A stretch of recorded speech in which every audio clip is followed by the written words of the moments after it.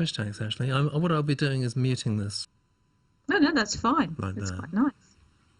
Okay. Good. So we should be streaming now. We're just streaming the countdown. I will check to make sure we are actually streaming that.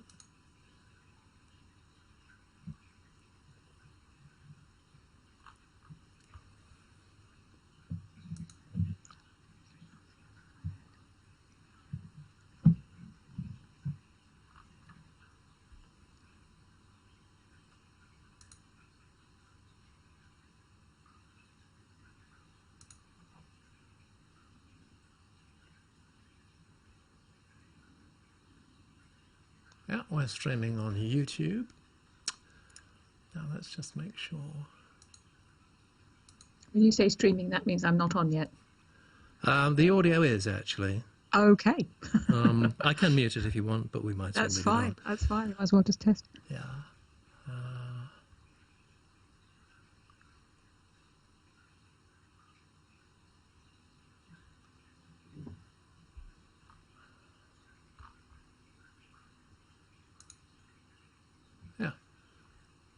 That's very good, and we are streaming live on the Facebook as well, which is very cool. Good. That's right. Yes.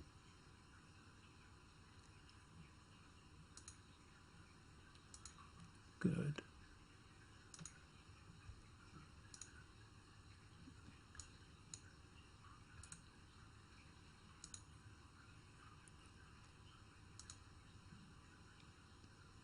Let's just do one final tweet.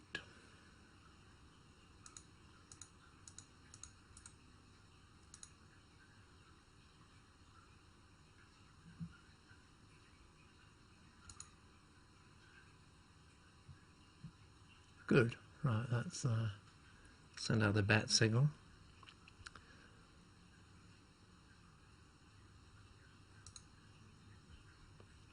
And for safety's sake, we'll make a little recording as well. Okay. Good idea. Although Facebook and YouTube actually do make their own recordings, and as I say, you know, the whole thing is actually available instantly we finish broadcasting. My goodness. Mm. My goodness.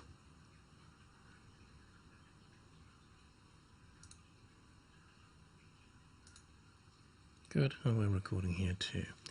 So we're recording, external stream is happening, and if you can see the countdown, we've got about 55 seconds. So basically, when it hits 0, you can start. Simple as that. Talking. There's no music, Okay. no intro, it's just hello. Good. Hello, Absolutely everybody. right, don't worry. And hello everybody who's actually joining us right now. As you can see, we've got about 40 seconds to go until Michelle goes live. Michelle is actually live already, but she's yes. going to not start talking until... Yeah, that's right. I was watching the countdown. Oh dear, why do seconds take such a long time when you're watching them? But I can't start early, can I? No. No, not really. You probably are getting a little bit of background noise, actually. So when you're talking, I'll just mute my microphone. It's fine. Not a problem too. And 3, 2, 1, and here we go. Hello, I'm Michelle Paver, and this is Michelle Live, the first edition. And it's going out, as it says on the tin, live on YouTube and Facebook. And if you want to comment or ask a question, please tweet. I think the hashtag is Torak, Torak, for those of you who don't know Wolf Brother.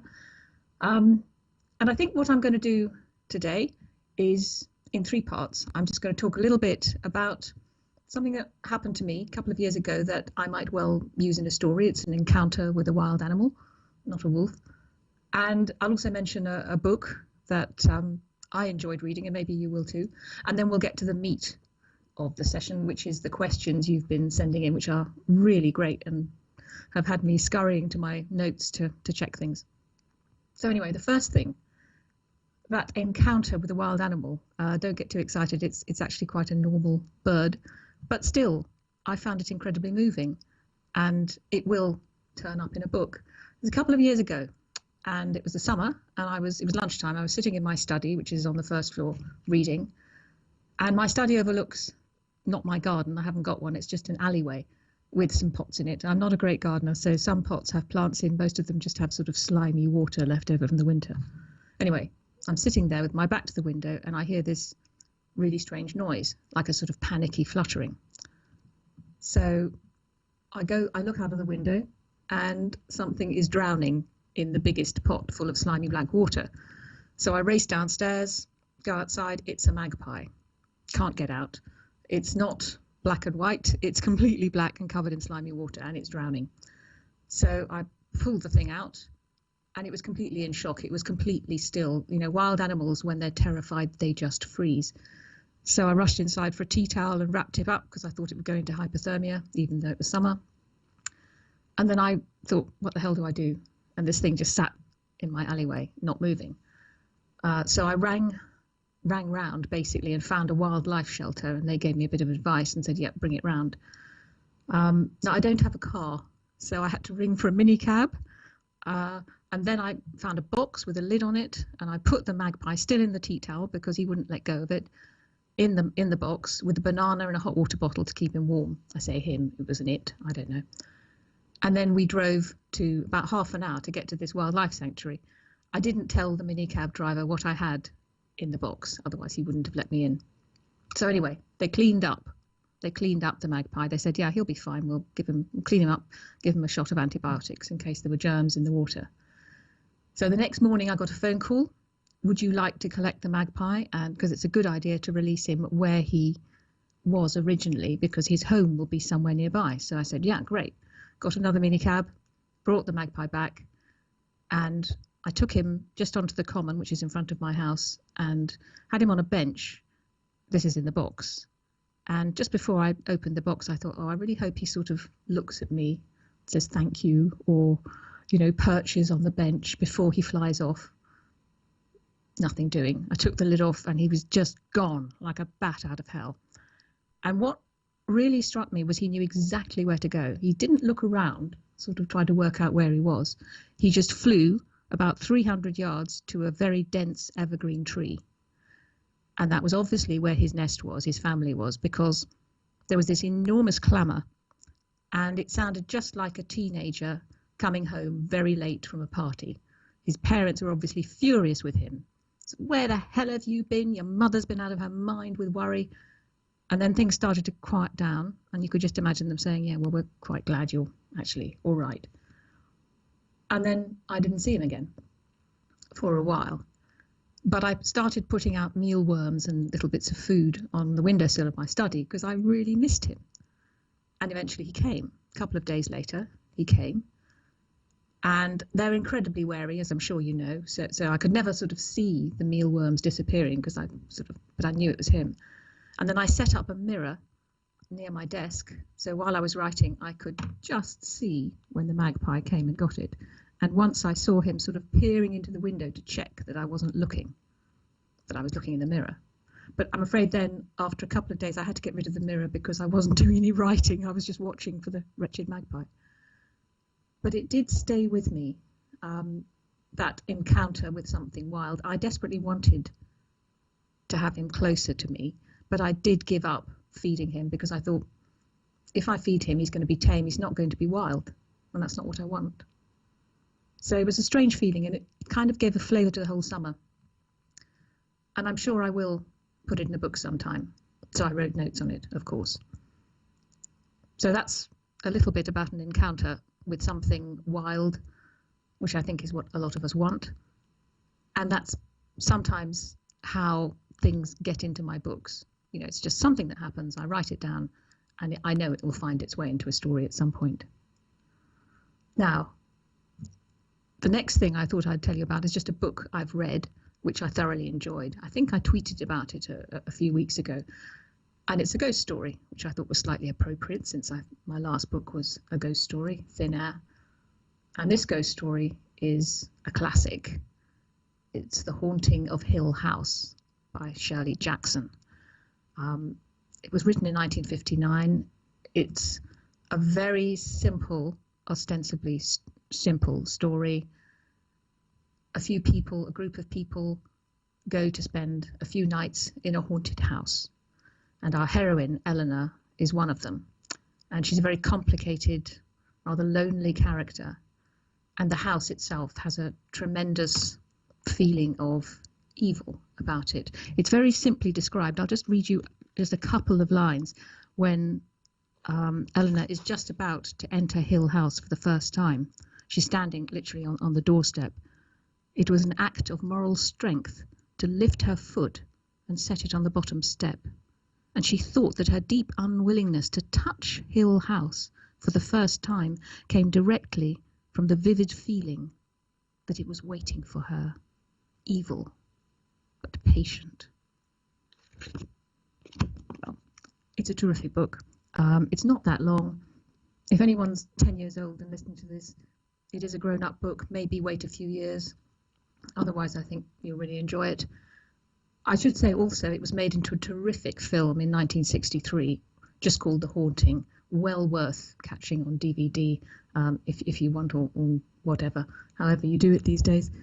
It was also made into a screamingly awful film in, I think, the 1990s. So please avoid that. It'll spoil it. But anyway, if you do check it out, The Haunting of Hill House, really worth it. Now we come to the meat and drink of the session, which is your questions. So thank you everybody who's sent them in. I'm going to be reading them because some of them are quite long. And there's a group of them, the first lot, which all relate to the same thing. So I'll read the questions and then I'll give you the answer. Apologies for sounding a bit conceited because some of you have put some very nice compliments in here. So I'll just read them.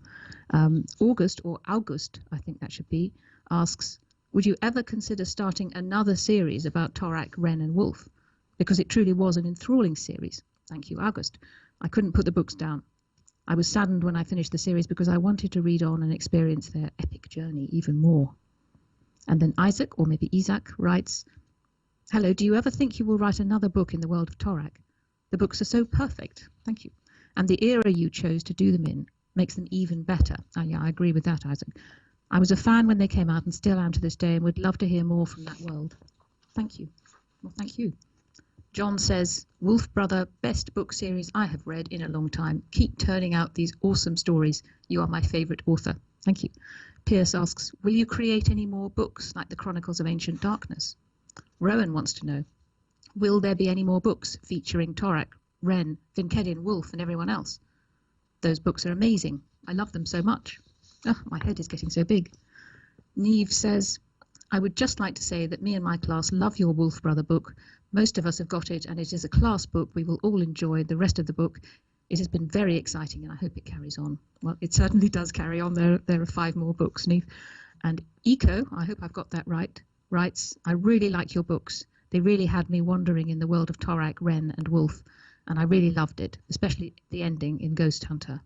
I have a question too, and my question is, could there be a story continuing the story of Torak? Because I really want another story in the wild. I liked your book so much, I even made a presentation about it, which I shared to my class. That just gives you an idea of how much I like your books, and that's why I want you to keep on writing books that take you to Torak's world. Madeline writes this to me. Michelle. Hello, Michelle. Sorry.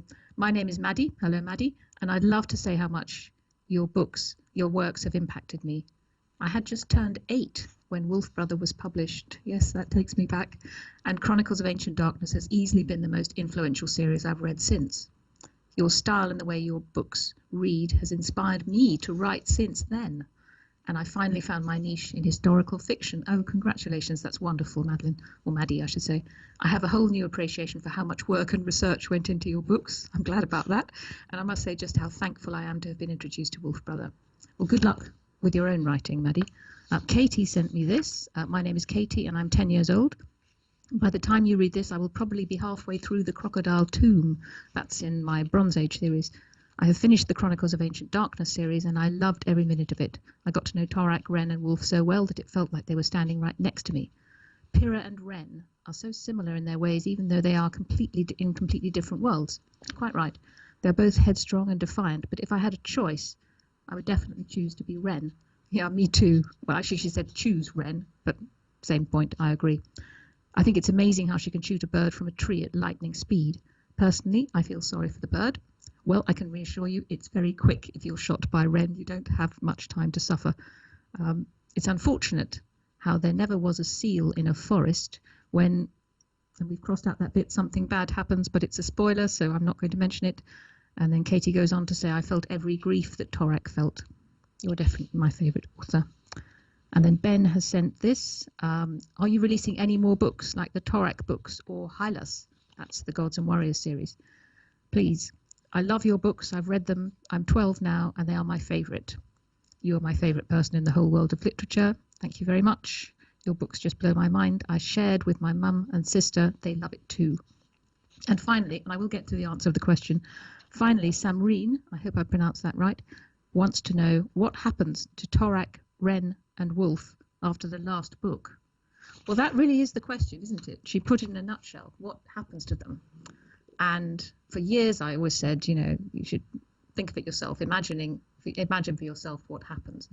And I'll go on saying that because when I wrote the books, I never intended to write sequels or anything like that. The Chronicles of Ancient Darkness has a shape to it, and the 6 books are there in their entirety. But I never ever said that I wouldn't write any sequels.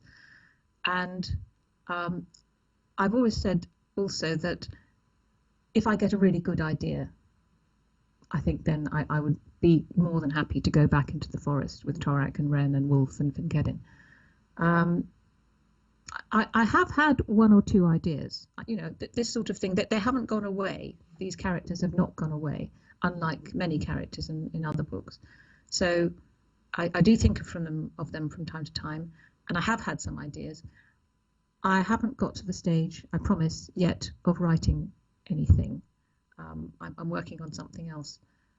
But if I do think, yeah, this is an idea that's got legs, as they say, that I really want to go with, you will be almost the first to know. I suspect my agent will be the absolute first to know, but that's as far as I can go. I hope that helps a bit. Now, there's another group here, not quite so long, but there's 2 people more people, but these 2 I shall read out, concerning films. Rodrigo writes from Spain. Hola. First, I wanted to thank you for creating a fantastic world for all of us. Great English, Rodrigo. Nextly, I would want to ask, are there going to be films based on the Chronicles? Best wishes from Spain. Well, thank you very much. Gracias. And Bonnie says this, hey, Michelle. Okay, so I love your books. But anyways, I'm just wondering if you're from America, Bonnie, with the anyways. I was wondering, are there going to be any films or a TV series based on Chronicles? If so, will there be open auditions, or would you have to have prior acting experience or history? I'm not much of an actor, but I would love to play Renn. Thanks, Bonnie. I have had quite a few questions over the years about auditions particularly for Renn. People seem very keen on playing Renn. I have to say, firstly, if there were a film, I would have no control over the casting. So you'd have to apply to the film producers for that. The question of a film for Chronicles, don't hold your breath. We've had various film deals with Hollywood and elsewhere, and they've come and gone. That happens with film. It happens a lot.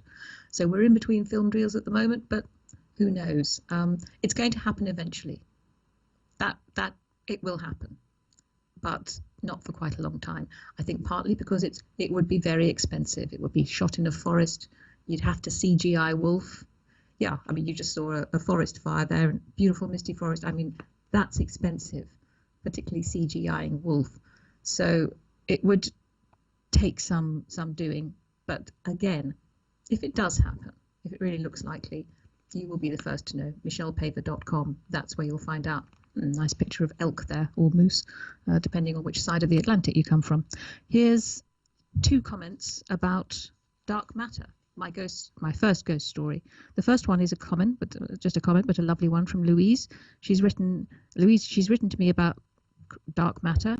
Michelle, she says, I just loved your book, Dark Matter. I have read it many times, often for many different reasons. That's interesting. A ghost story, a description of the mysterious Arctic, the vivid scenes of nature and light, and the pure storytelling. I love it. I have now found out that you have another book called Thin Air, correct? And I simply cannot wait to submerge myself in this.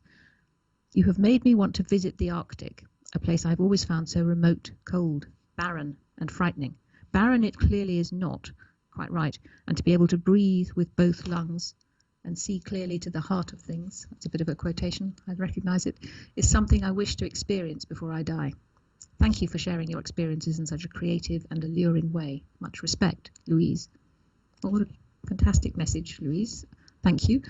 And I really hope you get to the Arctic, whichever part of the Arctic, whether in summer or winter or autumn. Autumn's beautiful as well. I hope you get there.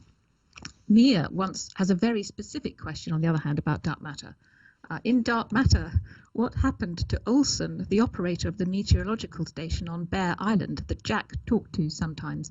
That is a fantastic question. Nobody's ever asked me that before. We never hear from him again, nor does Jack.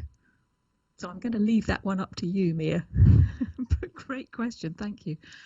And lastly, we get down to some very specific questions, mostly from Chronicles, which is, for anyone who hasn't read them, they're set in the Stone Age about a boy and a wolf and a girl. Anyway, kicking in, Ada asks, how old is Renn in the book, The Spirit Walker? Well, she's about 13. She sort of turns 13. She goes from 12 to 13, but not even she knows quite when, because there's a bit of a secret surrounding her exactly when she was born. It's a bit of a mystery. I can't say any more. You'll find out more in Outcast, the 4th book in the series. But quite often in the Stone Age, they didn't actually know the exact date when they were born. So there we go. Kaylee, I hope I pronounced your name right. What inspired you to write the Wolf Brother series? All of my class love the book very much, and we have bought copies themselves, even the teachers. Thank you for that. And Bart, as a similar question, what was your inspiration to write Wolf Brother? How did you come up with the idea? That would probably take half an hour to go into in detail, but just very briefly, when I was at Oxford studying biochemistry, I actually wrote the first version, which was set in Viking Age Norway, but it had a boy and a wolf and a big scary bear in it. But it wasn't very good because I was learning to write, so I put it away. And then I grew up, and as part of my growing up, I went on holiday much, much later to California, and I had a very scary encounter with a black bear in the forest. And if you want to see the full story, I think you'll probably find that on michellepaver.com somewhere. You'll find it because there's a video of me telling the story. Many years after that, I became a writer, and when I was at a bit of a loose end, I found the story I'd tried to write at university, and I'd look at it and I thought, ooh, this is quite good, some of this. And I sort of remembered how I'd felt with the bear. And in encountering that bear, I'd felt as if I was back in the Stone Age. And the whole thing sort of came together. It's quite mysterious how these things do. And I suddenly thought, yeah, I'm going to write a story about a boy and a wolf set in the Stone Age. Partly because I'd always loved wolves and I've always been interested in the Stone Age. And that's how it came about. So as you can see, very mysterious. Now, let's see. Yes, this is a technical question from Trevin. I've always been a huge fan of Torak. That's lovely. He is a big part of my life, and I've even considered getting his and Renn's faces tattooed on my arm, along with Wolf and the blade of Far's knife. Anyway, I have a question. Actually, you've got 2 questions, Trevin. One regarding the knife that Finkedin made for Torak. In Soul Eaters, it is described as a bone blade with flint shards in it for a blade. Is there any place I can find an example of this? Yeah, this is tricky, Trevin, because I can't point you to a website or a book, really, which has an actual picture of what it would look like. Well, there's a couple. Basically, what you want to look for is the hallmark of the period that Torak and Renn were living in. That was the Mesolithic, and one of the kinds of weapons they used was something called microliths. That just means small blade, and I haven't got a Mesolithic microlith, but something as small as this. You know, that's a sort of shard of flint. It's sharp, and what they would do I'm just going to demonstrate with a piece of antler, but it's a sort of big piece like this. Okay, I mean, this isn't cut to make a handle, but you could use it. You could cut a piece of, and what you would do, you'd groove a sort of cut a groove in it, and then say you put a, if you can see that, that's a piece of flint. You do that, and then this is going to get a bit tricky because I'm going to get another piece of flint. And I don't know if you can see like that. You've got two more. And so Finkedin does it, and he sort of sticks it in, and there's going to be a little line of these things. Now, why can't I point to a museum where you and say, look, you know, in that display case you can see one? Because antler eventually rots, and so you're not going to find the assembled weapon with the microliths all beautifully set in. In fact, it's a theory that people have that this is how they made their weapons, and mostly people tend to think they made them like that for harpoons and things and spears and things that flew, because it would be light. In fact, the only thing I can show you that really is Mesolithic, this is an arrowhead, and it's quite small. I don't know, if I hold it over here, yeah, I don't know. Yes, you can sort of see it now, can't you? It's quite small. For the larger animals, they would have used probably spears. But what I suggest, if you have access to the internet, Google microliths, microlith, L-I-T-H-S. And actually Wikipedia has quite a good entry on Mesolithic microliths, and they talk about this. Now, back to Finkedin's knife. I can't point to an actual knife made like that. So this is where I take some evidence in the archaeological record, and I sort of develop it a bit, and that's what I do. And so some people think that maybe it was just spears and harpoons, or arrows with microliths, and some people think maybe they could have made knives too. I reckon they could have made knives, and it would have been quite practical, because on the other hand, if you look at a whole stone knife, now this is just one made by a fan who was pretty good. It's made out of flint.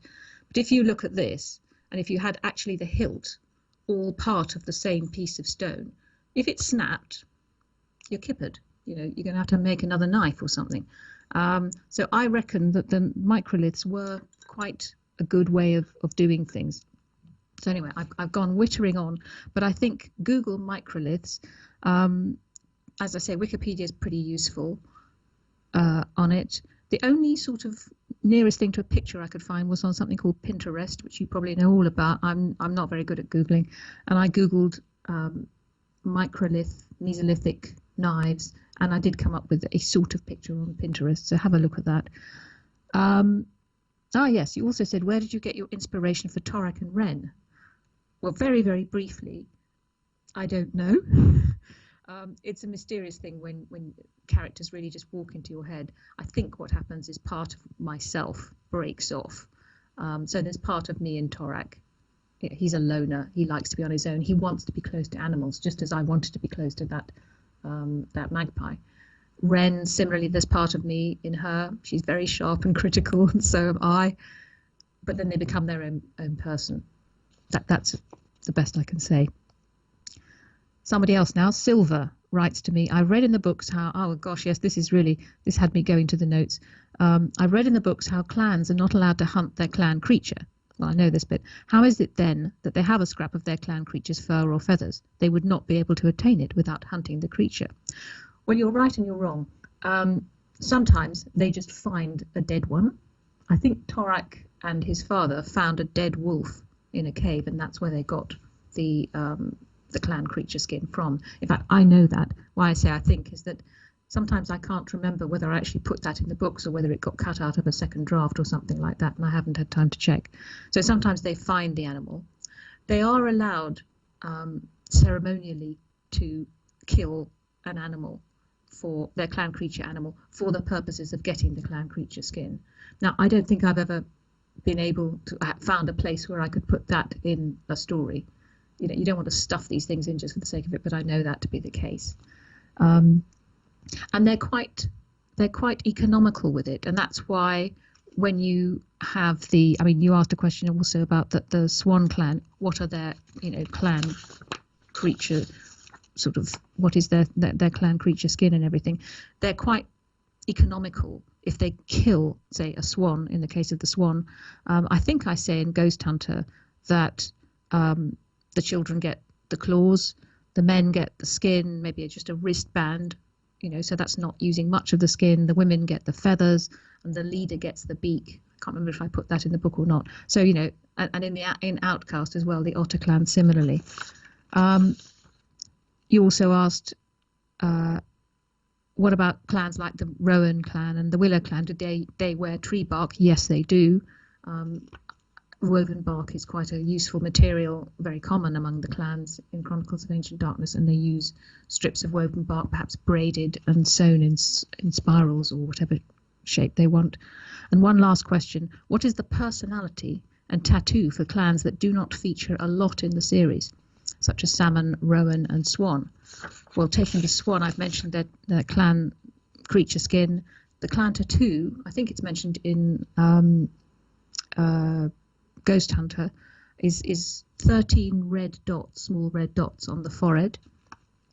The Rowan clan, it's a coil of braided rowan bark made into a sort of necklet, or they can be sewn to their clothing. I think that's mentioned somewhere in the books.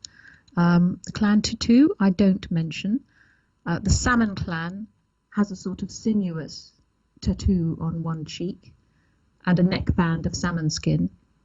Now, I mentioned so far in Chronicles I haven't mentioned the Rowan clan tattoo, and so I don't want to fill in those gaps, if that's okay, Silver, because if I do write a sequel, I might want to make a plot point of whether or not we know the Rowan clan tattoo. So I kind of like to keep my powder dry on that.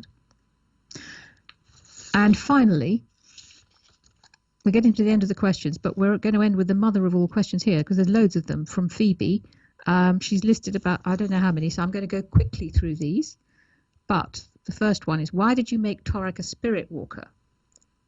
Well, I wanted him, it's a good question. I wanted him to be different, but I didn't want him to have such sort of superhuman powers that he does things that you actually can't, like, I don't know, jumping 35 feet into the air or something. And also, being a spirit walker is very Stone Age. Many traditional tribes have one person who can get in touch with the spirit world, or he or she thinks they can. And they're called perhaps a witch doctor or a shaman. And this shaman is Shaman, and that's kind of what Torak is, and it gets him closer to animals and closer to the forest. Why is Torak in the Wolf clan rather than the Raven clan, even though he is clanless? Well, his father was Wolf clan, and his father gave Torak sort of Wolf clan tattoos. And that's about as far as I'm going to go, because I don't want to spoil the plot of Outcast. How long does it take you to write a book? That's an easy one. It takes the best part of a year. It takes a long time. It takes some of you about 2 days to read them, which is great. But as somebody once said, easy reading is very hard writing. And that's true. How long does the illustrator take to draw one picture? I have no idea, and I'd love to know. But I've never actually met the illustrator, so I don't know. Oh yes, how did you get Ian McKellen to read the audiobook? Because he is very famous. He is indeed, and justly so. He's one of our greatest actors. Well, my wonderful agent met Ian at a party and talked about Wolf Brother, which hadn't, I think, yet been published. And Ian sort of said, okay, wasn't particularly interested. And then my agent said, and part of the story is told from a wolf's point of view. And that interested Ian, and he said, oh, send the book round. And then a couple of days later we heard, or rather my agent heard. I was in Greenland at the time, and he got in touch with me, and it was brilliant news. Fantastic. Complete from the sublime to the ridiculous. What degrees and A-levels did you take? Well, I got a biochemistry degree from Oxford, and then it's not exactly a degree, but it's sort of equivalent. I did the course to become a lawyer, so I got that as well. And A-levels. Physics, chemistry and biology. because I studied biochemistry. How do you plan your stories? Do you even plan your stories? Yes, very much. I plan them. How I do it? Well, that would be a whole other session, really. But basically, I do plan them, and I go through lots of different plans. And then there's a stage that I have found really helps. I just do what I call a one-page flow sheet. I try to boil the story down to one page, just a few lines for each sort of big block, and that really helps. But plan is not a blueprint, and if anyone's keen on writing, I do actually change the plan sometimes radically in the middle of writing the story. We're getting toward the end now. Were you really good at English when you were young? Yeah, I was pretty good at English, but more importantly, I loved it. That's the most important thing. I really loved reading, and I really loved writing stories, and I had brilliant English teachers, particularly when I was about 10. My English teacher was somebody called Miss Dimitrov, and she introduced us to all sorts of amazing stories and poems. I realise now, looking back, just how amazing she was. She was very understated and brilliant, and we all wanted to please her. This one, yes. What did you have for breakfast or lunch today? Well, I do believe in eating healthily. So for lunch, I normally have a sandwich, but this time it was poached eggs on toast. And for breakfast, what I always have, boring but fun, porridge with seeds and nuts and blueberries and all the rest of it mixed in, easy to make in the microwave. Serious point, it actually really helps to eat healthily when you're writing, because your brain uses a lot of energy, and if I skipped it or just ate a crunchy or something, I wouldn't feel that good and I wouldn't write very well. Finally, this question had me really stumped. Why did you decide the bad characters in Chronicles would be called Soul Eaters? And I went back to my notes and I looked through, and I just couldn't find anything that jogged my memory. So thanks for that, Phoebe. It's a simple question and I'm completely stumped. No idea, but I know it came really quickly. It just came. That was the name for them. I will continue to think about that, and if I remember, I will mention it next month when we do another Michelle Live. In the meantime, thank you. Oh yes, I should mention next month, what are we going to talk about? Well, the book of the month, as it were, I think is going to be a Russian one, don't worry, in English. A very weird story, very weird, about the devil coming to Moscow, and my favourite character in it is a great giant black cat. It's a great book.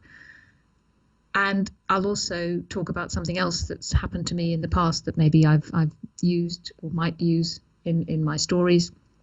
And I hope there'll be another batch of questions coming through. If in the meantime you do want to add on a question or post a question, please go to michellepaver.com and click on the Ask Michelle button, and then we'll collect them all up and deal with them, I hope, in the next Michelle Live.